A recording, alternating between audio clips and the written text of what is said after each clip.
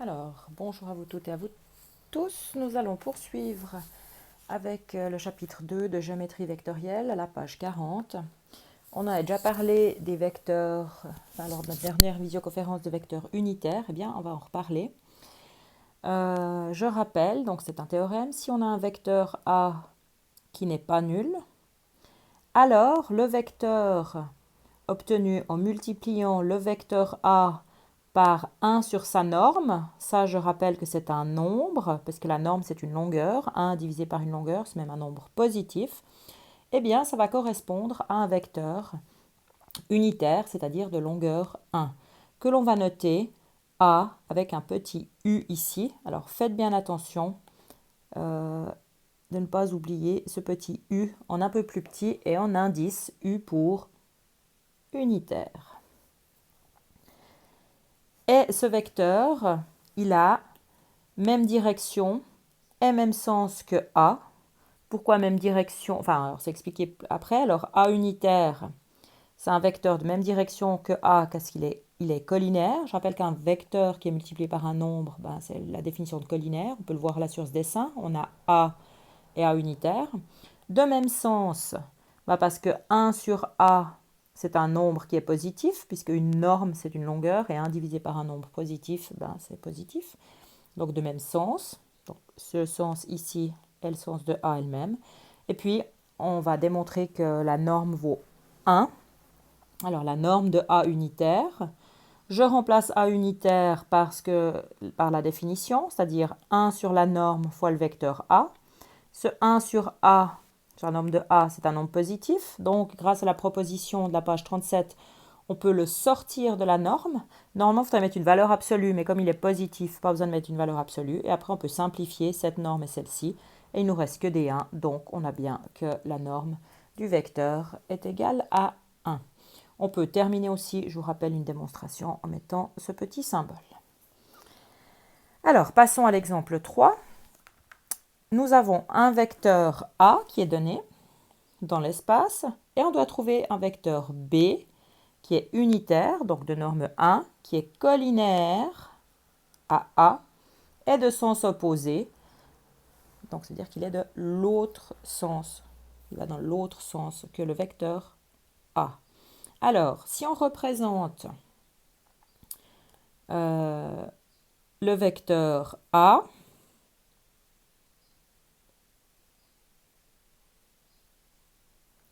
ça c'est le vecteur A, au moment où je le rends unitaire, c'est-à-dire de longueur égale à 1, alors admettons, je ne sais pas, par exemple celui-là, il fait 4 cm, enfin peu importe, on va dire que ceci, ça correspond au vecteur A unitaire avec le petit U, et le vecteur B que l'on cherche est donc le vecteur qui est opposé, ça c'est la chose qu'on nous demande, il doit être opposé à A et de norme 1, donc ça veut dire que le vecteur B eh bien, va correspondre à ce vecteur-là. Et en fait, il est égal à moins A unitaire, puisque A unitaire est de longueur 1, de norme 1, norme égale à 1. Et puisqu'on veut de sens opposé, c'est important, eh bien, voilà. Alors, et il doit aussi être unitaire. On va passer à l'exemple proprement dit au calcul. Donc, premièrement, quasiment tout le temps quand on aura des exercices de normes, vous devez calculer la norme du vecteur A. Alors, attention, ne pas oublier la flèche pour l'indication d'un vecteur et la symbolique pour la norme, c'est-à-dire ces deux traits. Ça va être la racine de chacune des composantes au carré que l'on additionne. Attention, la dernière composante est négative, donc usage des parenthèses obligatoire, donc 2 au carré plus 1 au carré plus moins 2 au carré. Cela donne racine de 9 qui est égal à 3. Et ça signifie le vecteur A est de norme et de longueur j'écris longueur, mais c'est de norme 3. Donc, deuxièmement, on va chercher le vecteur A unitaire. Comme il est de longueur 3, je fais comme la définition, 1 sur la norme de A, c'est-à-dire 1 tiers, fois les composantes du vecteur A, 2, 1, moins 2. Alors, je peux le laisser comme ça, ou je peux l'écrire comme 2 tiers, 1 tiers, moins 2 tiers. 1 tiers multipliant toutes les composantes. Et puis, la troisième partie, je rappelle que l'on veut un vecteur de sens... Alors là, on l'a rendu unitaire, et on veut que B soit de sens opposé à A. Et c'est donc pour ça que le vecteur B, il est égal à moins le vecteur A unitaire, c'est-à-dire, je change tous les signes, moins 2 tiers, moins 1 tiers et 2 tiers. Et puis ceci, c'est parce que on veut que B soit de sens opposé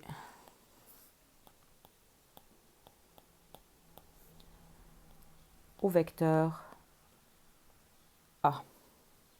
Donc voilà la réponse que l'on attend. Le vecteur B va être égal à ceci. Maintenant, on va faire une fois une petite vérification. Après, vous n'avez pas besoin de les faire, mais on va bien vérifier quand même que B est unitaire. Donc, il faut calculer sa norme. Mais évidemment, on va le faire qu'une fois. Hein. Alors, la norme du vecteur B, c'est la racine de moins 2 tiers au carré plus moins 1 tiers au carré plus 2 tiers au carré. Et je prends la racine de tout ça. Alors, ça fait la racine de moins 2 tiers au carré, ça fait 4 neuvièmes, plus 1 neuvième, plus 4 neuvièmes. C'est égal à la racine de 9 neuvièmes. C'est égal à la racine de 1, c'est-à-dire 1. Donc, ok, notre vecteur est unitaire. Mais ça, on n'aura pas besoin de le vérifier. C'est juste pour si vous n'étiez pas convaincu, je viens juste ici, pour dire que ce vecteur-là est bien un vecteur, quand on fait 1 sur la norme du vecteur et qu'on le multiplie par ce vecteur, c'est bien un vecteur unitaire. Je vais poursuivre avec l'exemple 4 de la page suivante. Donc vous avez deux points A et B, de l'espace, mais là je les ai représentés sur le plan, mais c'est égal, hein, ils peuvent être dans l'espace. Je prends le plan dans lequel il les contient. Il faut déterminer les points de la droite AB, donc une droite, je rappelle que c'est infini, qui sont situés à une distance égale à 2 du point A. Alors, on avait déjà vu la marche à suivre lors de la visioconférence. Je vous rappelle un peu la méthode. Donc, premièrement, on va devoir trouver le vecteur AB. On va calculer la norme du vecteur AB. Pour avoir un vecteur unitaire, on va diviser par sa norme. Donc, ce vecteur AB ici en un peu vert pétrole est de longueur 1. Et comme on veut de longueur 2, eh bien, on va prendre 2 fois le vecteur AB dans ce sens-là pour trouver le premier C. Et si je prends moins 2 fois, la longueur elle sera aussi égale à 2. Donc c'est pour ça qu'il y a 2 points, C1 et C2.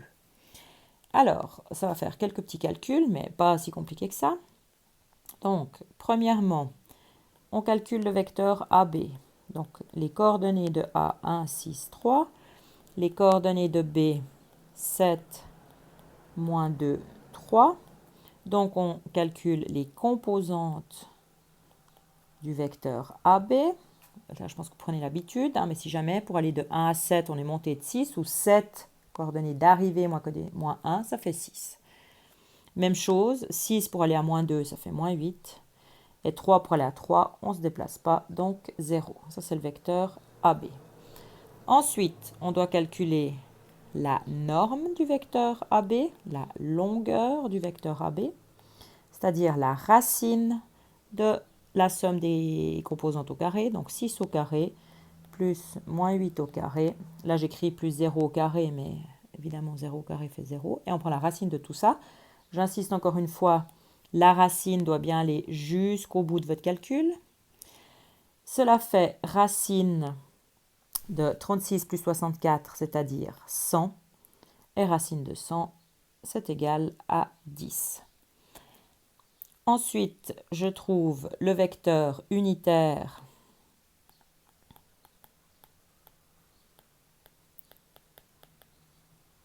de même sens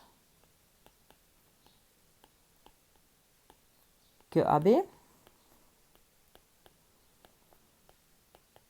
que le vecteur AB, qu'on appelle AB avec le petit U pour unitaire. Et je rappelle que c'est 1 sur la norme, donc 1 sur 10, fois les composantes du vecteur AB, 6, moins 8, 0. Alors, on va calculer. Je ne vais pas laisser sur un dixième là-devant. 6 fois 1 dixième, je peux diviser en haut et en bas par 2, ça fait 3 cinquièmes. Moins 8 fois 1 dixième, je peux aussi simplifier en bas, ça fait moins 4 cinquièmes. Et ça donnera 0 pour la dernière composante. Et ensuite, si on regarde bien, donc là j'ai calculé sur le dessin AB unitaire.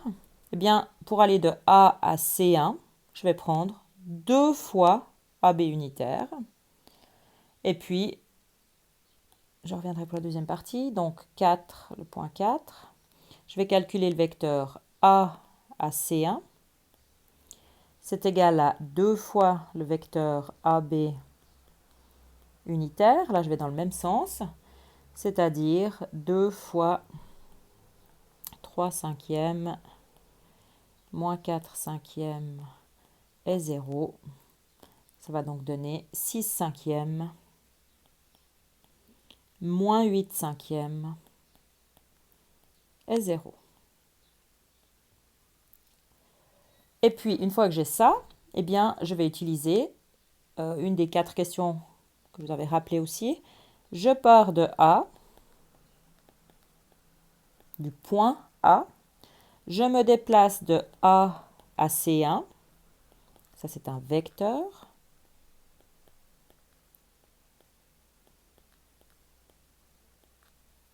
Et j'arrive au point C1. C'est des coordonnées. Donc, si je rappelle juste, je pars de A. Donc, le vecteur doit partir de A. Il se déplace de A à C1. Donc, j'arrive en C1. Et comment est-ce qu'on fait? Je vais faire 1 plus le déplacement. Ça va donner la première composante, la première coordonnée, pardon. 6 plus le déplacement de la deuxième coordonnée. 3 plus 0, etc.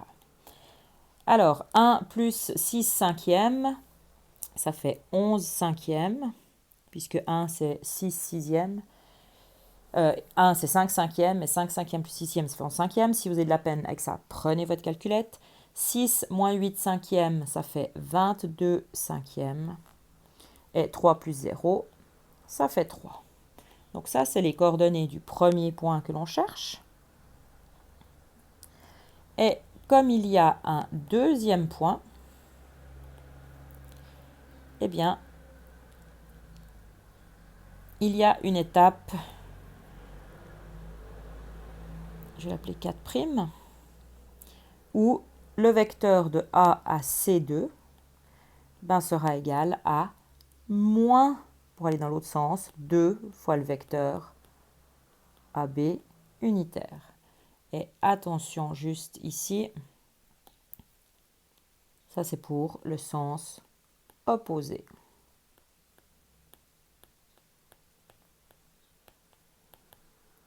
Au vecteur AB. Donc, Moins 2 fois 3 cinquièmes, ça fait moins 6 cinquièmes. Ou je peux directement dire que c'est les composantes opposées du vecteur qu'on vient de calculer. 8 cinquièmes est 0. Et puis la fin, c'est la même chose. Je pars du point A. 1, 6, 3. Je me déplace de A à C2. Le vecteur que je viens de trouver. Moins 6 cinquièmes, 8 cinquièmes est 0. Et j'arrive donc au point de coordonnées C2. 1 moins 6 cinquièmes, ça fait moins 1 cinquième. 6 plus 8 cinquièmes, ça fait 38 cinquièmes. Et 3 plus 0, ça fait 3. Et voilà les deux points de la droite AB qui sont situés à une distance 2. Donc ce 2, je vais peut-être juste le mettre encore en couleur. C'est pour ça, parce que c'est 2, c'est pour ça qu'on multiplie, peut-être pas ici, qu'on multiplie par 2, ou ici, qu'on retrouve le 2, puisque on veut une distance 2. Si on vous avait dit une distance 3, on multiplie par 3, enfin une distance 10, on multiplie par 10. Alors, avec ceci, vous êtes capable maintenant de faire les exercices 2, 9 à 2, 13, qui sont ici. J'espère que vous vous rappelez, je prends juste l'exercice de 11, un point d'abscisse. Rappelez-vous, abscisse et ordonnée, sinon je vous laisserai aller chercher.